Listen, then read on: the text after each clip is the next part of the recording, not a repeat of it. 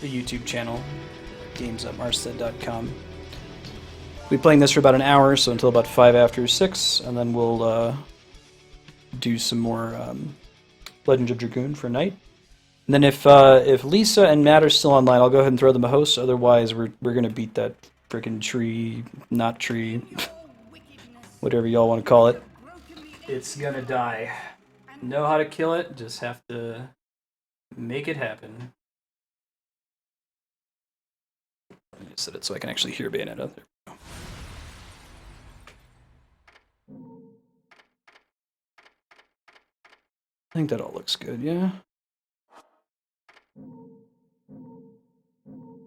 I think last time we saved, we had just finished a chapter 2, so this should be pretty appropriate for a starting point.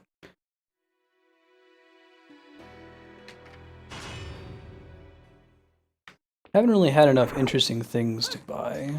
I guess we can be Samus for another round. We've tried almost all of the costumes except maybe the Daisy costume, which is pretty similar to the Princess Peach costume. If you've never seen Bayonetta before, this game is a spectacle brawler, is what I'd call it, like Devil May Cry. It's more about where you are and what you're fighting than the mechanics, and then the mechanics are more about style than execution.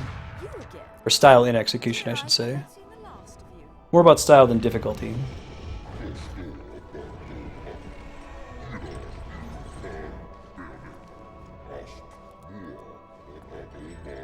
This dude is an angel, despite what he looks like.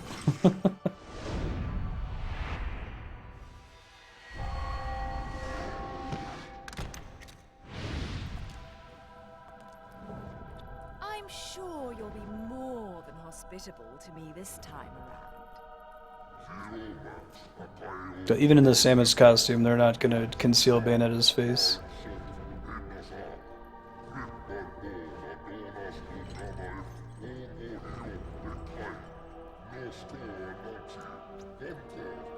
God of War is the game, would you argue, that created this genre, the spectacle brawler?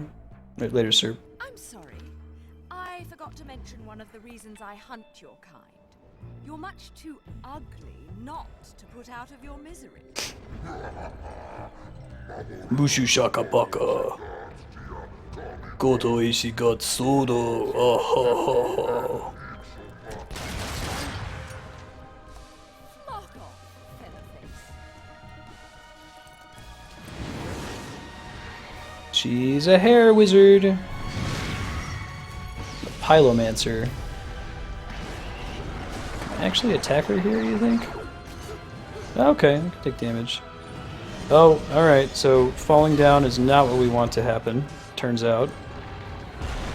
Can I climb back up, or am I just fighting him from down here now? Yeah, I don't think I can wall run up here, so he's gonna kill me, and that's okay.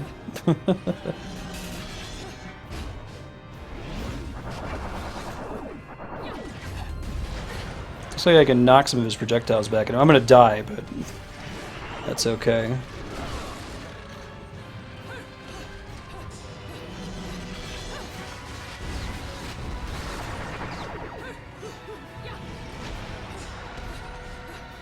You can like climb on him? That's kind of cool. Really? I think my pinky toe touched the lava there because I was down to 1 hit point. And that's what ultimately killed me. Alright, let's try that again.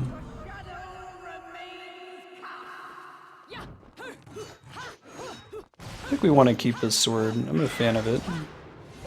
We do have the option to switch to just regular brawling. That was actually attack.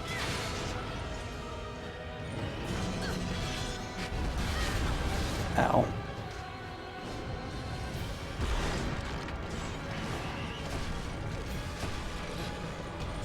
Well, there goes the bridge. Looks like it gets dropped down here no matter what. We have the classic problem in there's an MMO issue where like you have a giant monster, you have to fight it by stabbing it in the toe repeatedly.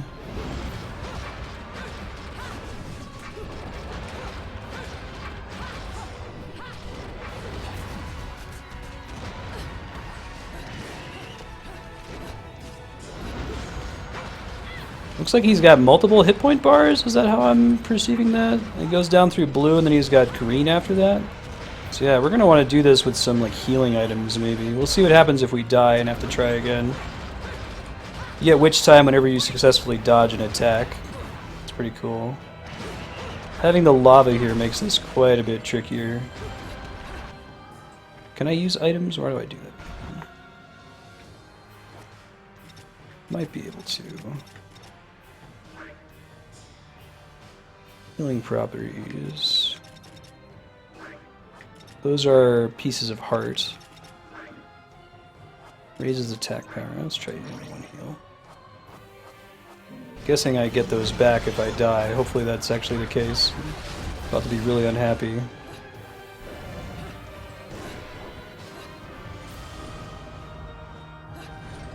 Hey, the lava went away. Thank God. Oh, is that all we had to do in this fight? It's kind of cool.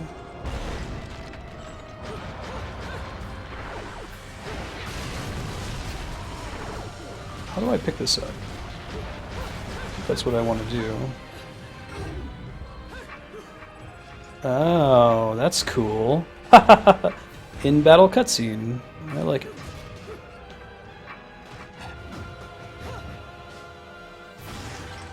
I'm gonna rip off his blue dragon face. We've been seeing this boss from the very beginning of the game.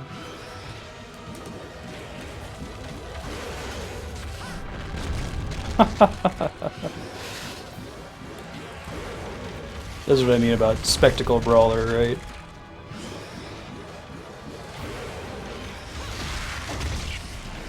Nice. So we're like summoning something from hell to take the thing away? That's pretty rad. I'm gonna get the red one now. That was not the best approach to that, I don't think.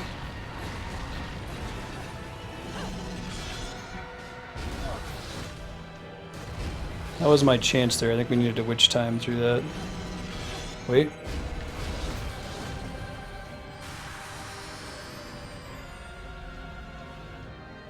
What exactly is that doing? It's cool looking. Oh, it's giving the... Okay, so we can start back from up here. Do we really want that, though? I'm not close enough to be able to attack him from up here.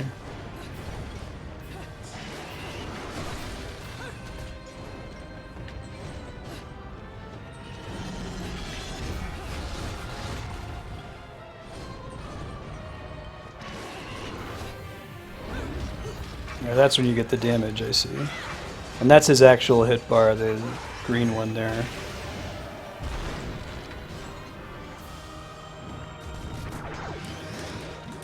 Let's see if this is enough to finish him off, we'll see.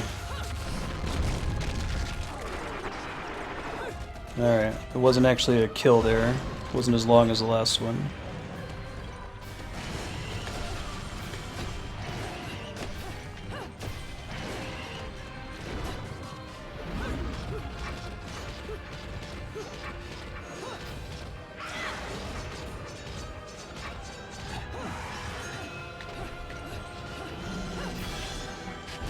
Oh, that's bad.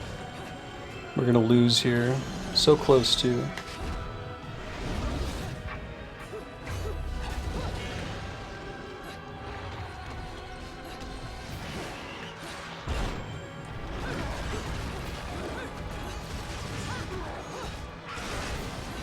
There's way too many health bars.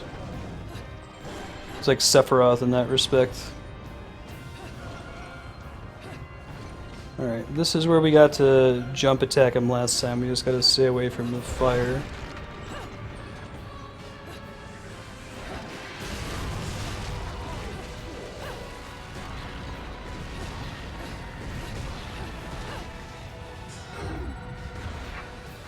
There we go.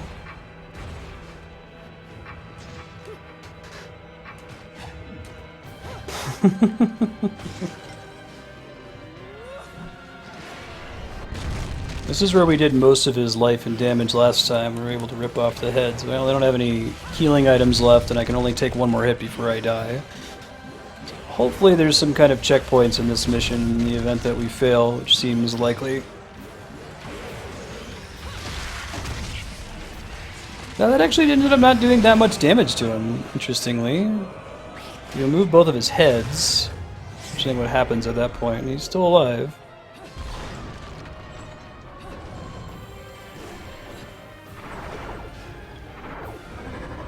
Maybe he's just gonna leave now because he's mad. Oh, that might have been all we had to pull off. Okay, cool. Because maybe it's either deplete his health or rip off both of his heads. She's pissed because she lost her lollipop. This game is so goofy.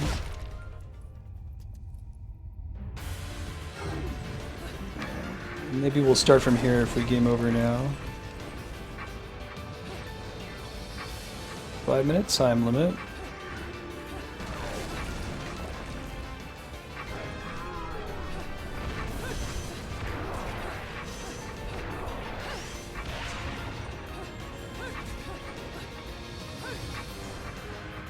Come on, do your shenanigans.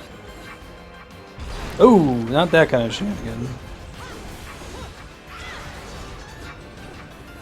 Such a cool boss. If this isn't the final boss, which I'd be surprised if it was, we're only like a couple hours into the game, like... How can they, where can they go with it after this, right? Like, that's pretty intense, this guy. How do you get more epic than that thing?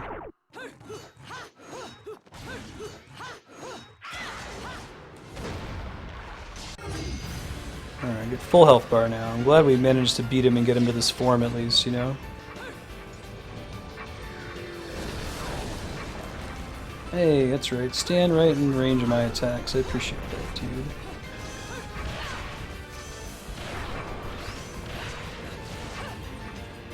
Oh, this is already in witch time right now, I think, so I can't get double witch time against him.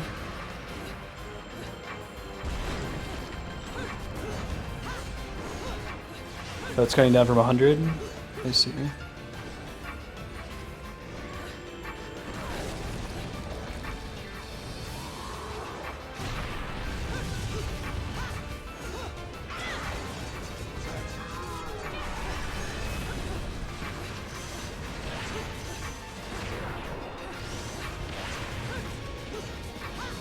Get him? Climax! Well, that's the word for what you have to do.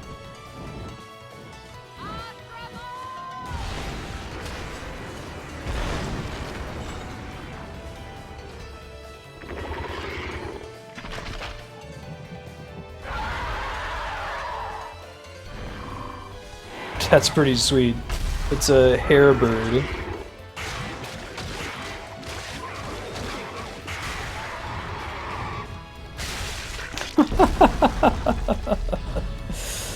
Oh, this game is so over the top. Funny thing about the story in Bayonetta kind of assumes that you played like 7 Bayonetta games before, even though this is the first one. I played a couple other games with Japanese developers that kind of have that approach to storytelling. It's like, you already know what's going on, right? This is like your 6th season of the anime. But no, this is actually the first one. We're just gonna pretend like something already was established. You know, you're not nearly so ugly when you're screaming. Heck yeah.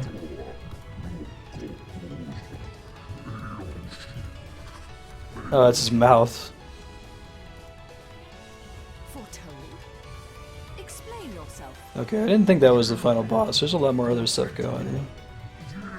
Ooh, Resurrection of the Creator. Don't think we want that.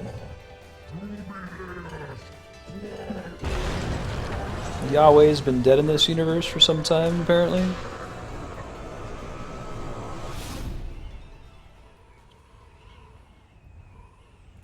I usually can't resist biting the lollipop either. Now, does she have little Metroid logos on her hair? That's cool.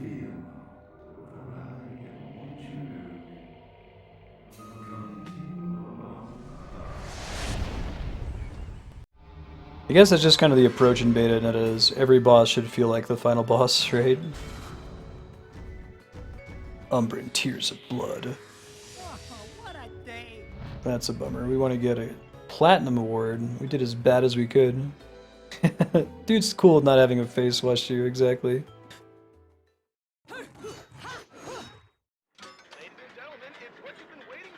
And you get cute little mini games like this. Yeah, we'll try out some other costumes next time we get one.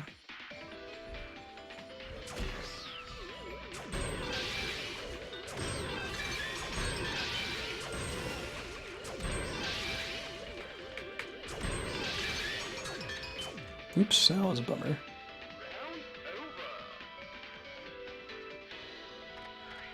Yeah, I should probably take another lollipop. I really need to have more healing. That's been a problem.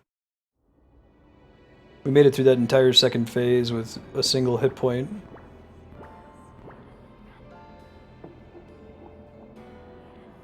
So I think this is our opportunity to change costumes. Costume change. Alright, so we've done... I think we've done everything except for Daisy, so let's do the Daisy one.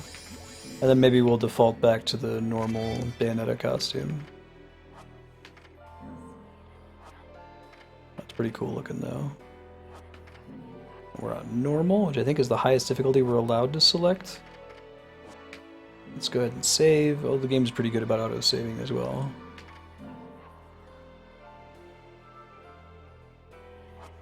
Fortitude. We'll go check out the Gates of Hell. This is like the shop. Yeah. No such thing as normal. Oh my goodness. She's got an underpants thing going on as Daisy. She's a little bit different than the Peach costume. So in the case of Bayonetta, her hypersexualization is kind of, it's parody, it's satire.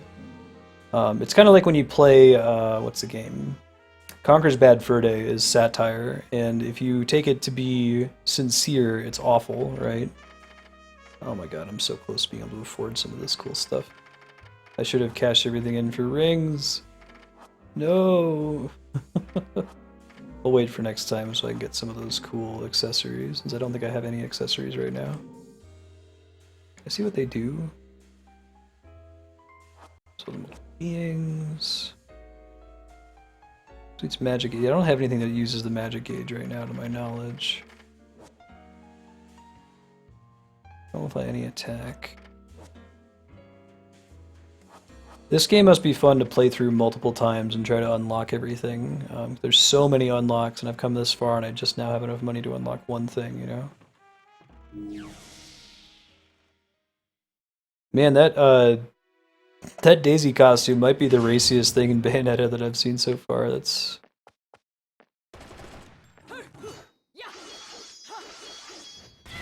And this game pushes that parody to a pretty extreme level, you know, with your super move usually being called your climax attack. Where the hell am I? I'd better have got frequent flyer miles for that flight. I feel like if your standard for costumes is which one is like the most over-the-top ridiculous, it's probably this one wins. Lumen Sages and Roches are both powerful. Lumen Sages are like the not demon version of the Umbra Witches, I think. Umbra meaning shadow, hence the cool little butterfly shadow that's always around Bayonetta. Yikes. Jump. This game is too cool, Washu. What else is... Is it true that the developer of this also worked on Okami? That seems crazy because they're like so different in just about every way.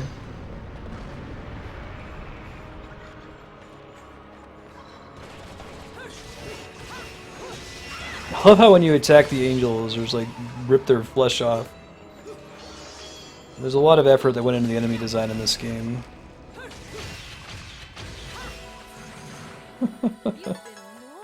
Hey, I don't know if I deserve a pure platinum. Oh my god, I think that's the first time I've gotten that. I was just thinking that, like, it's already kind of crazy that you go up to platinum, but there's all these different tiers of success. Powerful variant.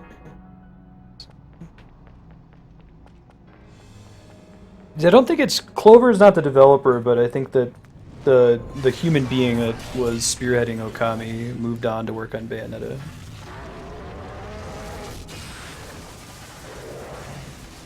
You can probably Google it. This guy's pretty gnarly looking. These are both pretty gnarly looking. Cool angel owl dudes. The enemy design in this game is on point. Grace and glory. More virtues. Whoa, that was bad.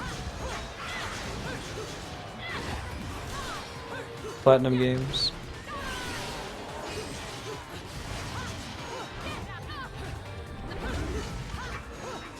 Do you just be regular enemies now? I love that it drops the coins, but it uses the sound effect from the Mario Land games instead of the one from the regular Mario titles. This game is really polished, and they really put the attention to detail into the different Nintendo costumes. I'm a big fan. That sucks. He got to use his super move on me.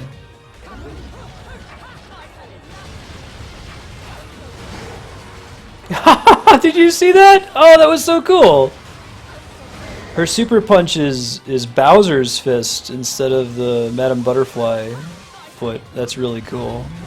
I don't think the other costumes had that. The other costumes had like there is a special Master Sword skin for the katana. That's too cool. Clover got shut down. Okay, that's neat. Yeah. It's so crazy though. This game is almost the opposite of Okami.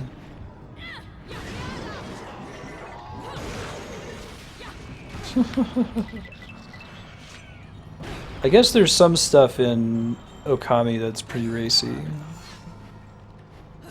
Yeah, Okami sold really poorly. It's the equivalent of like a cult DVD hit. People just didn't know about it. My lipstick. There was a lot of push to get it on the Wii, and then the Wii version didn't do very well either. It was too bad. Nothing. These cutscenes, man. Hey, Silver Star, how you doing? What the? I've often seen a girl. Thanks for the host, Silver Star. Appreciate that. Most curious, isn't it, Cheshire? What's also most curious is how a child like you has kept a Little Luigi. The name is Luca. Yeah, he's got the Don't you think it's a little kind of Okami face paint. my well-being? Sure, the festival of resurrection. Yeah, people talk about Okami a lot now. It's like, Every 500 what is it? years, can you blame them? Besides, Edge of Tomorrow did really, really badly in theaters, but everybody loves that movie now. a killer like you, on the other hand. Tucker and Dale versus Evil. Although I don't know, did that movie have a theatrical run? girl. I've seen her somewhere. Yeah, cult classic. I just use that to mean like it got really popular only after, significantly after release.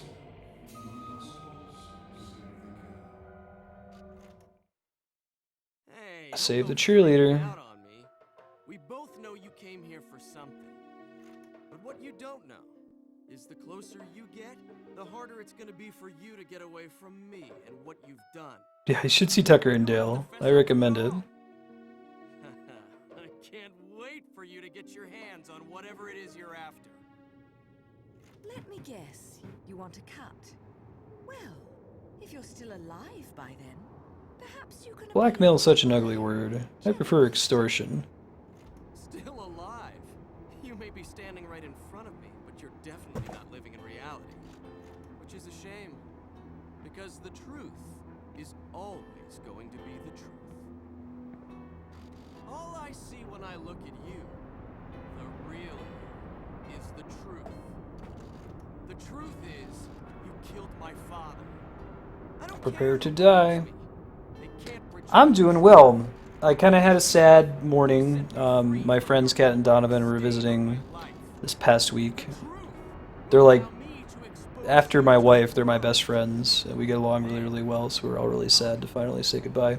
But it's fun to get back into the swing of streaming. I need to go take revenge on the boss that just kicked my ass in Bloodborne. because I'm not a I'm gonna lose sleep over that. witch like you. Whoa, whoa, what are you gonna do? Calculus is In fun. plain sight? Go ahead. It would only prove everything I've said about you. Well, that and sadden the hearts of a number of young ladies. Claire and Trish and Sylvia and She's got cool little piranha plants on her socks. I think this is my favorite costume, hell hath no fury. even with the booty thing going on. There's a lot of attention to detail.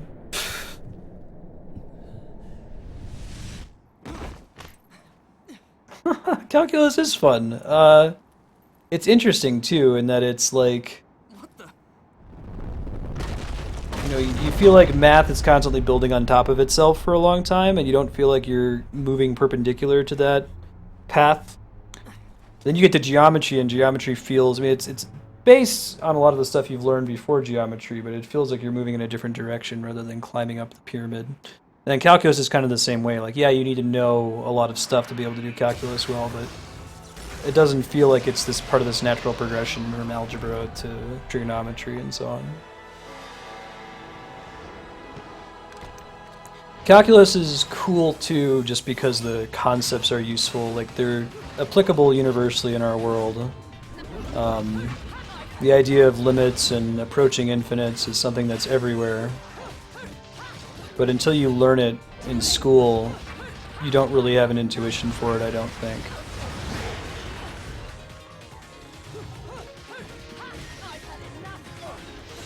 Try to get a torture attack off there.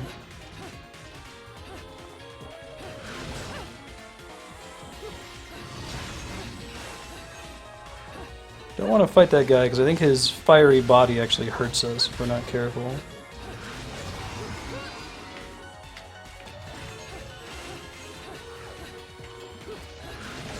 I thought that would have counted as a dodge for the purposes of triggering witch time. I guess not. There we go.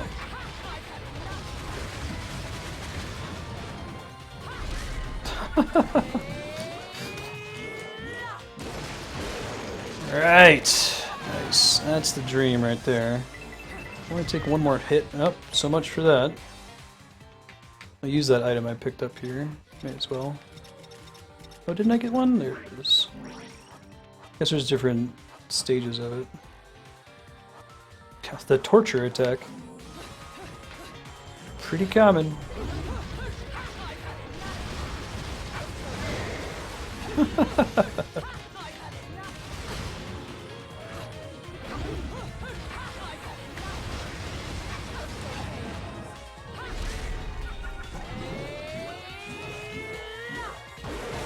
Nice. I didn't know you could go over 100, that's cool. If you're really good at pressing buttons fast. I would love to watch like a perfect speedrun of this game that gets everything as a pure platinum. I'm guessing that that's the fastest way to play through it, too. Some of this enemy design, man, like, it makes you wonder where do they come up with this stuff. It's too cool.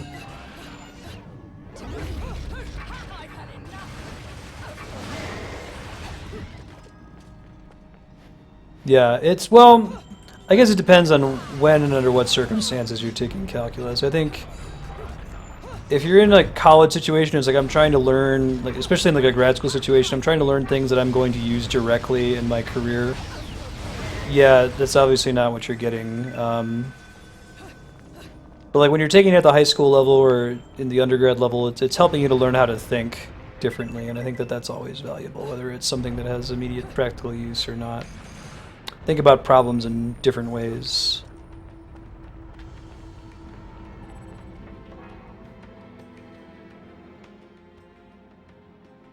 Sometimes I'll do stuff like that that's basically just like hazing if you're in grad school. Andrea's never going to use anything that she did in electricity and magnetism, or E&M class in grad school. It was super brutal. It's pretty much there just to haze people and see who has the heart and the gumption to stay in the program, you know? Yeah. Yeah, I feel like the core concepts are a lot more useful than the execution, the painful part.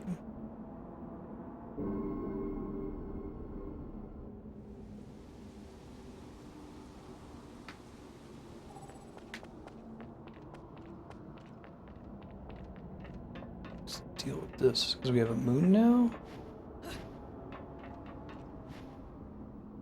Whee! Oh, this is pretty cool. Every section of this game feels so different from the last one. It's awesome.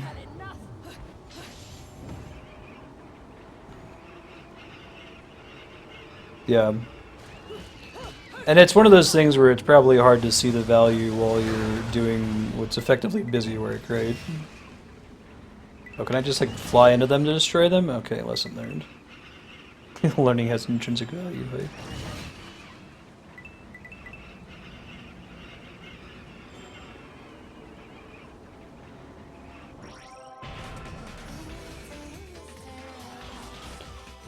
I think there's maybe additional value to things that are hard, like calculus, you know? Dude, this game. I didn't realize what was happening there.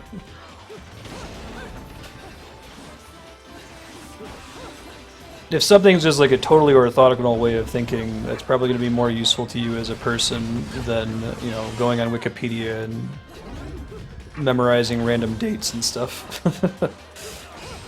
I think that memorization is technically learning, but I think it's less valuable than something like calculus. It's just pretty different from anything you've done before that. Or like learning programming if you've never done that before.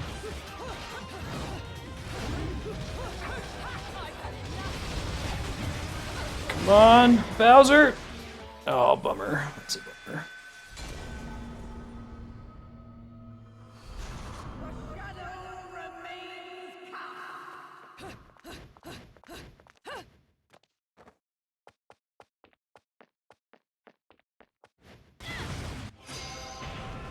Yeah, right. Right, there should be more focus on, I think, learning how to look something up well, like knowing where to look and how to figure stuff out on your own. Knowing that you have these amazing resources. And it's useful to, like, do it manually once, I think, so that you have an appreciation for the shortcut that you're getting, right? But I don't like stuff where it's just excessive. Like, okay, we've already established that we understand how this works. We don't need to practice it 5,000 times, since practically we're never going to actually use it that way. We're gonna, like you said, use a computer. Oh, I wish I had had a stats class. I mostly, all of my intuition for statistics right now is because my wife is a experimentalist, and that's a big part of what she does. So a lot of it I picked up from talking to her. Oh, it's interesting. That attack sends... You guys are giving me way more trouble than they need to, I think. This is the spin one, right? I think.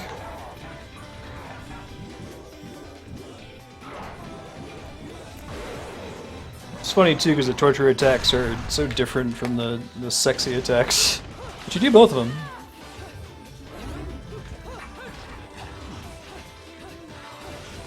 I'm trying to kill the orange guy. I don't know what determines the length of which time. Sometimes it's really long, sometimes it's this short. Yeah, right? And it doesn't matter. That's not helpful. That can just be irritating. I think that one of the problems with that is it turns people off from those sorts of subjects. They associate it with work rather than thinking. I should have used that on the other guy since it does so much damage. That's okay, we'll be able to get some meter here. Oh, I can pick up that guy's arm? That's cool. What does that do?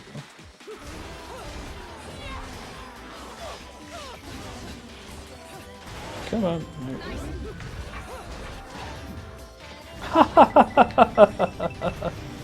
That was pretty rad. Cool. Man, the enemy design in this game, I don't think I've seen anything like it. Like, you could still buy that they're angels, but they just look so weird.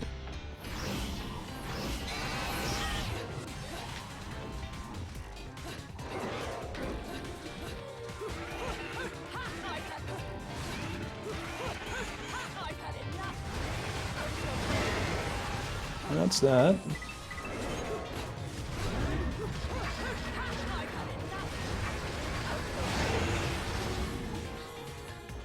How is this one gonna work?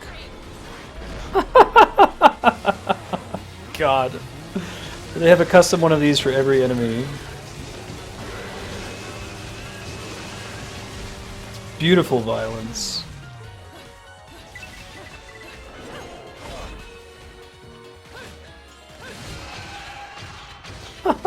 Oh, I get to keep the wicked chainsaw after that? That's too cool. Wow. That's a good reason to use your torture attack sometimes. Alright. Bronze medal. I'll take it.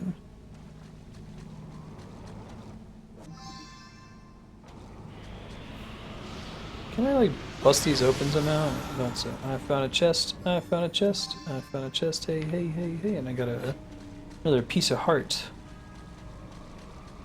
Man. Now there's a name I haven't heard in a long time. Old school British, shit. Whose line is it anyway?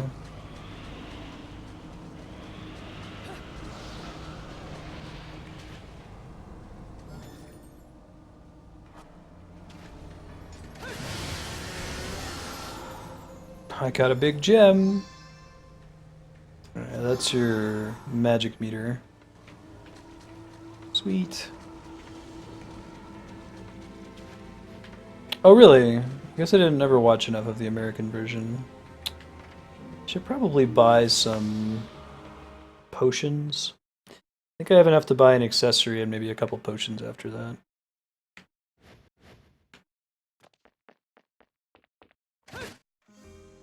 You bring me enough of these halos, and maybe I can buy a ticket to space. Always wanted to be a bald space marine. The writing in this game, man. It's so goofy. Alright. Let's decide which one of these we want. When it's wears attack which instantly triggered, so magical power.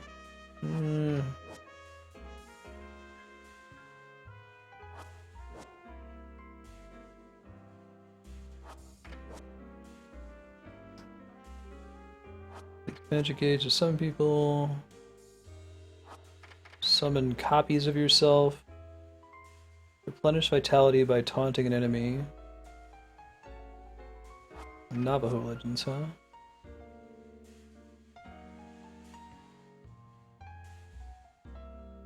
They can't do witch time anymore.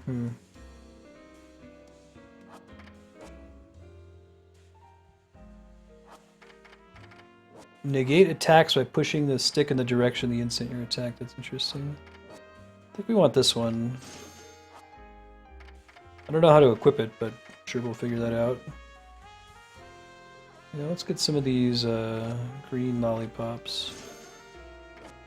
I see, and the limit 3 per customer keeps the game from becoming too easy.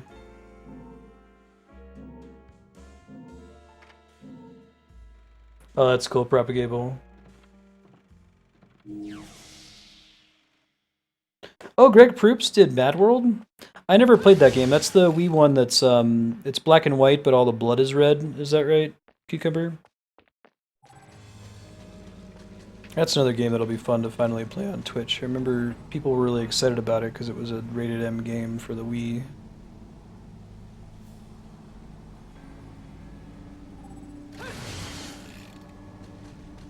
Can I climb up here? Oh, I can't.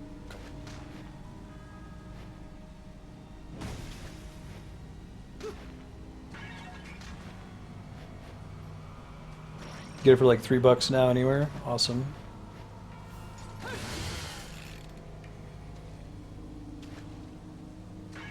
It gets boring after a while.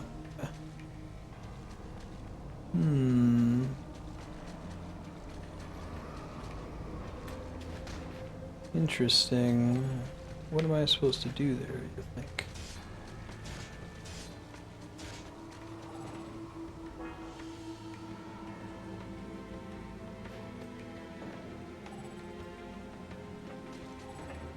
Stepping on it appear to do anything?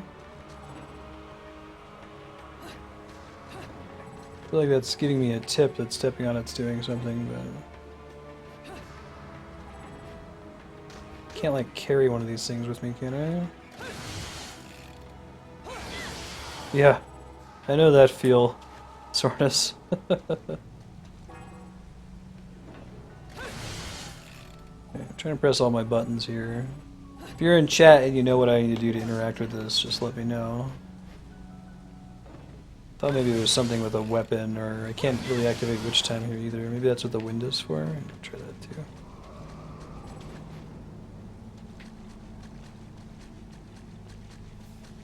Maybe I need to let the wind hit me.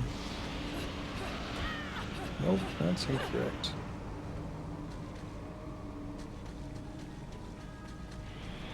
It's also possible that I just missed there too, and that is what I'm supposed to do.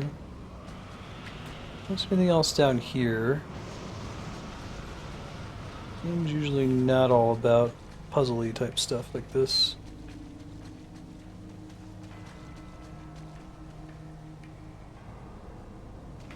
Awesome, Sornus. Because I'm glad you got everything transferred over.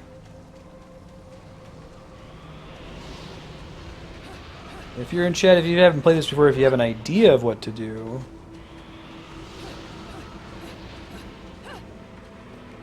Too much unnecessary damage en route there.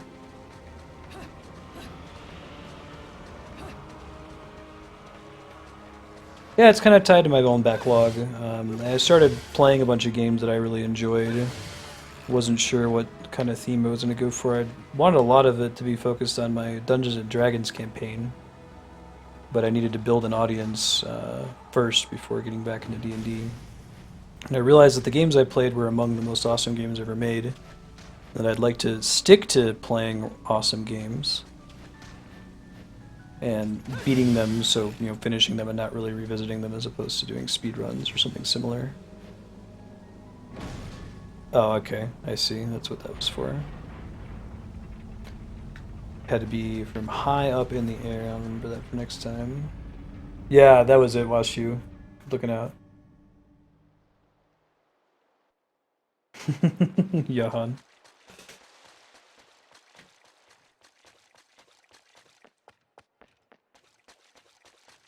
Thanks, Rubber Gable.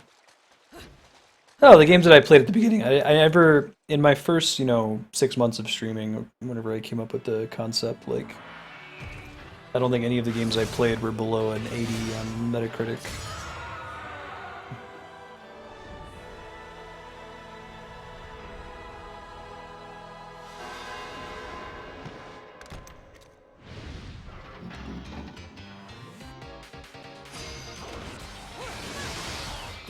Also, when I found out that YouTube didn't have a upload limit, that I could put as many things on there as I wanted, I figured a good approach would be to try to get a let's play out of each game we did.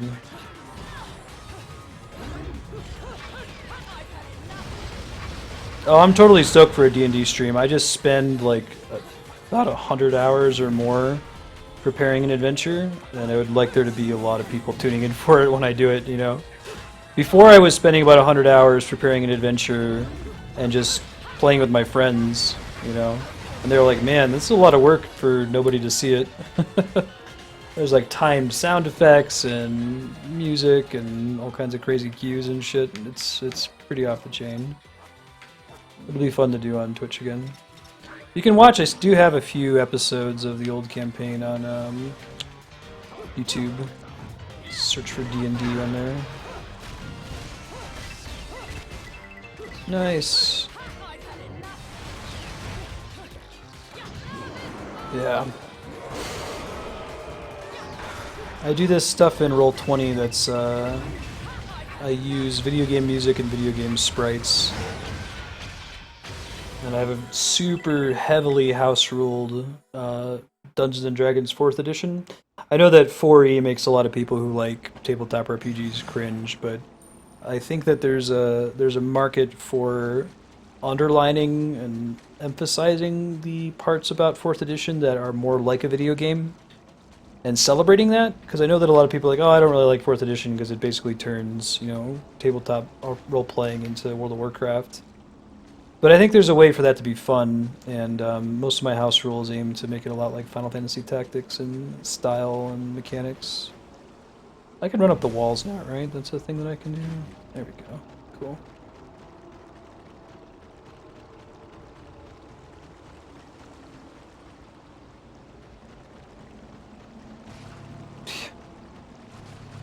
That's exactly what I meant. Yeah, I think it can still be D&D, but I think at the end of the day, a lot of people's problem is just a mechanical one.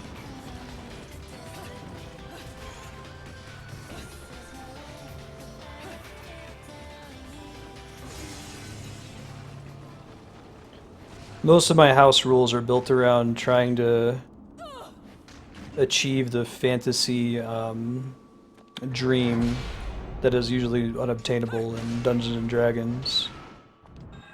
Do I need to go in which time here to get through this? Probably, right? Which is having really, really big fights with lots of enemies. Like, every time you add one additional enemy, it makes the fight take so much longer if you've ever played one of those games. Can I switch weapons, maybe? Let's try it. So I have a bunch of house rules that make it so that, like, there are enemies that die just by, like, walking over their space. And from a flavor perspective, you're technically killing them. Maybe I need to drop this weapon to get through here.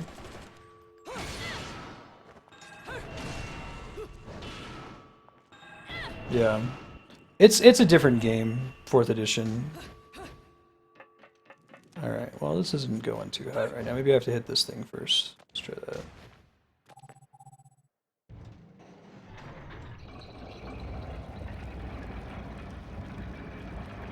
Yeah, I think I agree with you, Johan. Absolutely. Yeah, I feel like it's almost unique among the nerdy pursuits. Like, if you tell someone I'm into board games and no one's gonna give you shit like, what, you don't like Settlers of Catan? You're not doing it right. But when it comes to tabletop, you're like, yeah, I like 4th edition. Like, oh, 4th edition is trash. Well, okay, I can see why you say that. Respectfully disagree. Yeah, 5 enemies with 3 players, you're looking at an hour. So anything that can speed up combat, that can achieve the dream of having, like, tons and tons of enemies. Most of my combats have somewhere between 10 and 20 enemies, of which, only 2 or 3 of them are actually real threats. The rest of them are things that die when you look at them.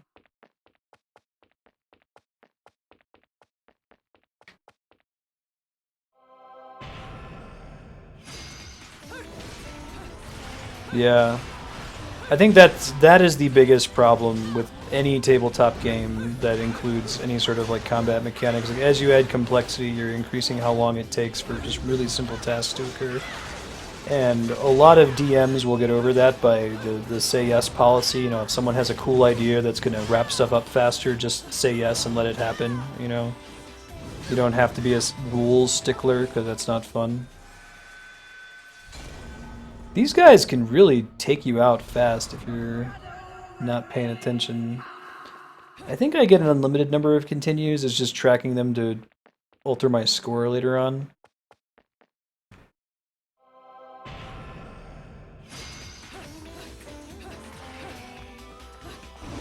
That's a cool way to put it. I like that, Sir Cucumber, yeah. I think 4E plays almost exactly like Final Fantasy Tactics in a lot of ways. Final Fantasy Tactics with some ideas from World of Warcraft, like tanking.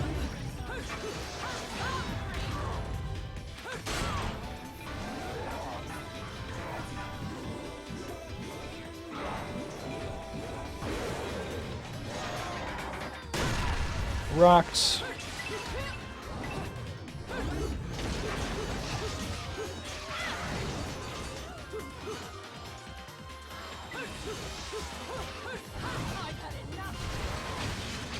I've had enough of it. It's gonna be stone quality right after dying like 2 times with these guys.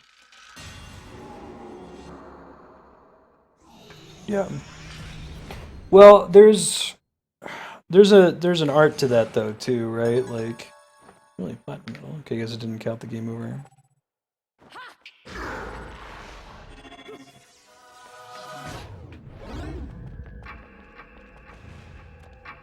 The art to that is namely that. Okay, this thing real quick.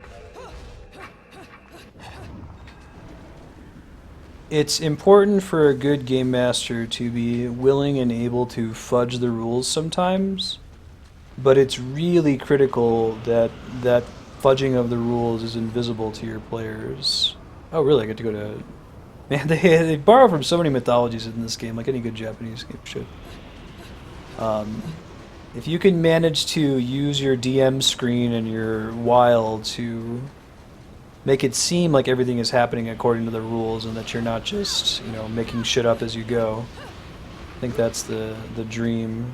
That's a lot harder to do than it sounds, though. If you have a really savvy group, like if you have a group of people who themselves do a lot of DMing, I think you can get away with being less... You can, you know, they can be in on the joke when you're like, okay, this battle's taken an hour, let's, you know, add some Deus Ex Machina thing to wrap it up. I got a record, I got a record, I got a record, hey, hey, hey, hey. Alright. Which I think is for playing some of the tunes from the game. Most of the music I've heard from Bayonetta has been from like Rainwave and other radio stations. I'm trying going down to Alfheim. It looks like that was kind of a bonus. Yeah, right. You got to be careful with it. It's definitely a balance, and you want things to happen according to the rules. Like, it's fun when stuff just happens randomly. Like, some of my best stories from tabletop role playing are when something happened because someone got a crazy roll or a really bad roll. So I think the rules dictate a lot of fun experiences.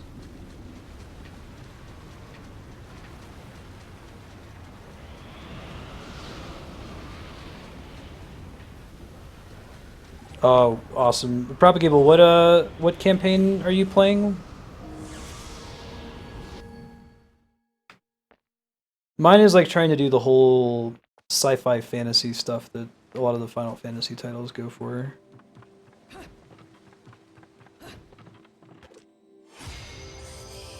Defeat all the angels before time expires using limited numbers of punches and kicks allotted. Really? That's interesting.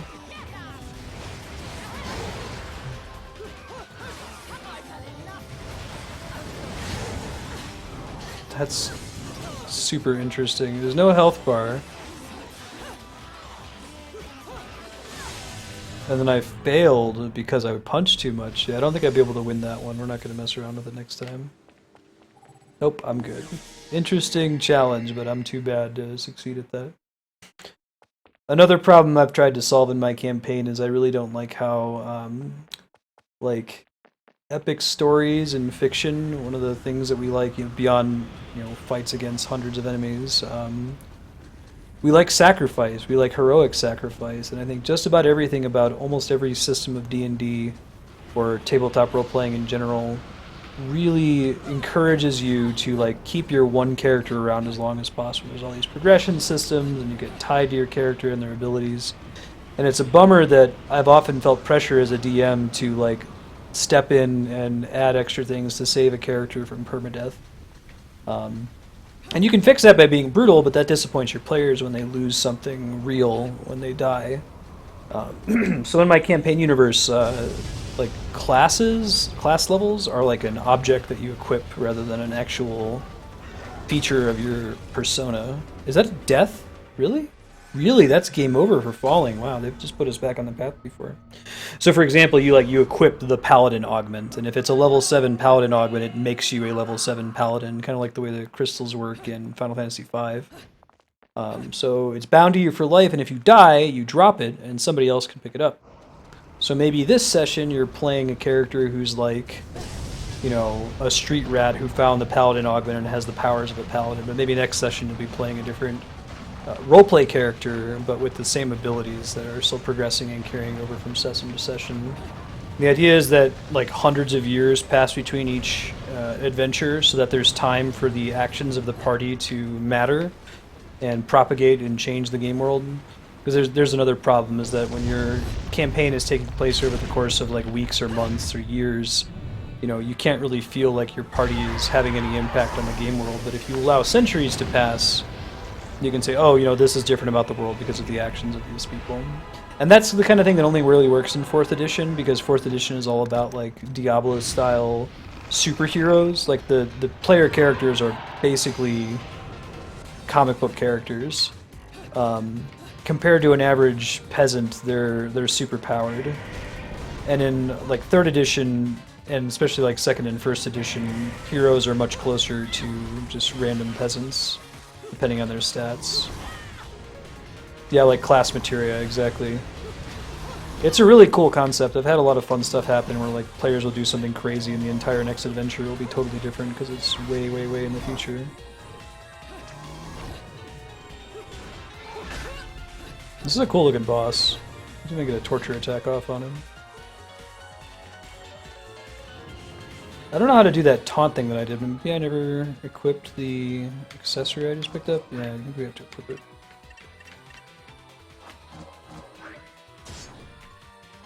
How do you taunt? Is there already a way for me to do that I wasn't privy to? Awesome. Yeah, you're welcome to steal that. That's the magic of tabletop, right?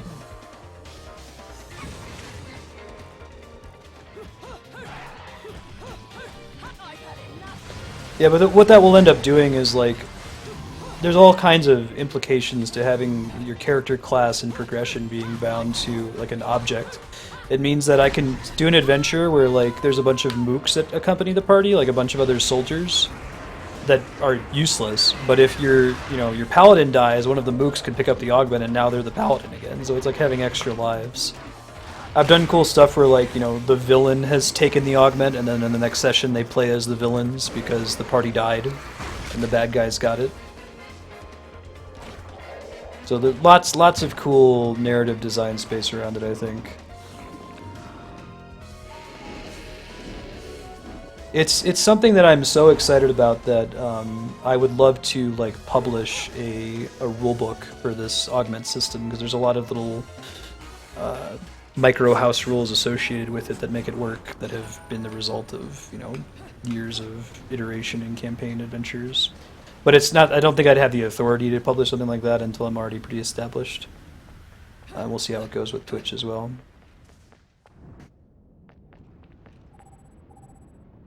This just goes back to okay. Yeah, I gravitate back towards D&D.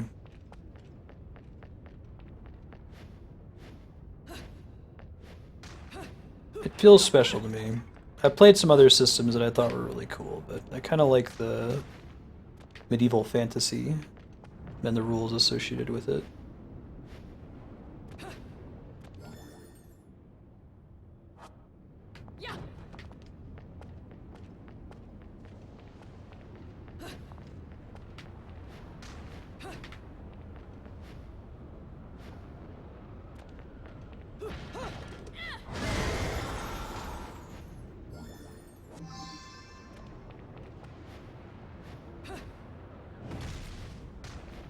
I always had that crushing attack. Maybe I just got that in order to open that door earlier. Alright, we're gonna fight this boss, and then we'll see if it lets us save. It'll be a good stopping point, and we'll switch over to Legend of Dragoon, which is next up. This is about at the hour mark here.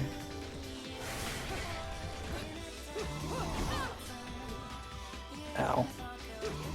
Dude's a big jerk. I think this is the worst I've done in any chapter. I've had a couple deaths that probably shouldn't have happened, like that falling death.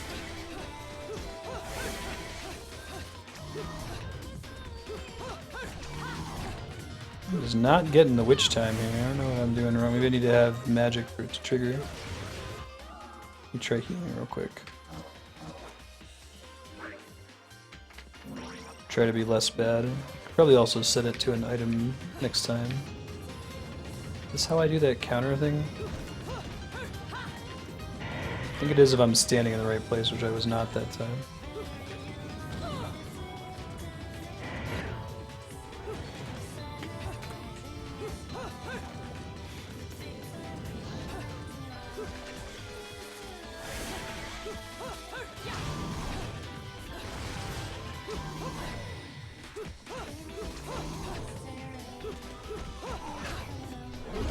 There it is. I don't know what's happening. Maybe there's only certain attacks that can trigger it.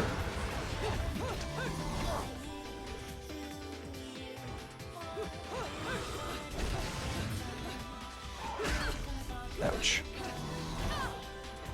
Not good. Do one more heal here.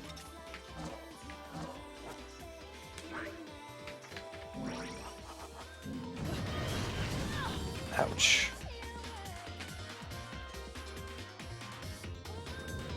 Maybe the counter has to occur when I have a certain amount of magic. I don't know what triggers it. Could be this is also just here to try to let me earn some magic.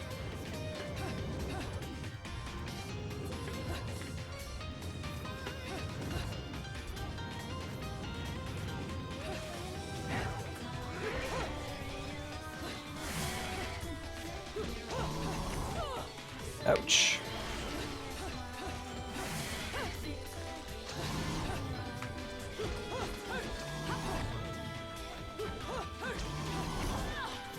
Man, this is going really bad. I'm getting my ass kicked. Go give him one more attempt and then we'll switch. Sorry for running late here. I'd like to have a good stopping point. Okay, you get 5 deaths and then it just stops penalizing you after that. So you're clearly really bad at this. And that's okay.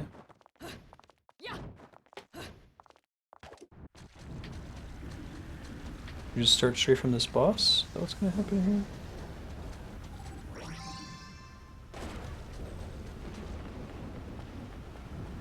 Oh, this is actually taking me pretty far back, huh?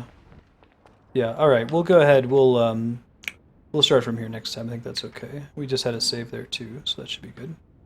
Cool guys, we'll be back in a couple minutes with Legend of Dragoon. Thank you, Washu. I'm really enjoying every minute of Bayonetta. I just never know what's coming up next, and just about every boss fight feels like it's the final boss fight. I haven't really played a game that's that intense since God of War. I'll be back.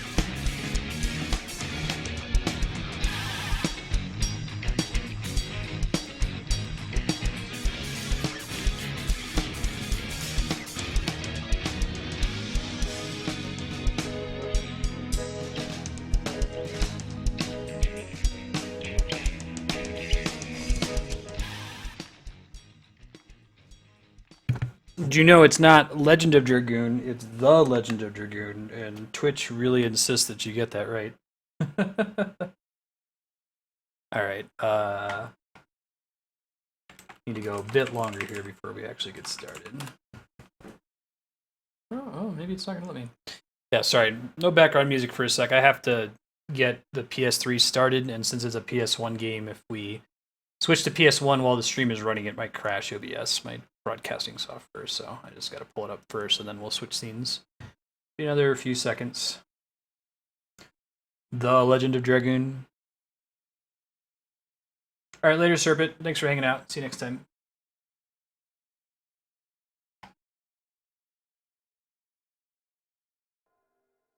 Here we go.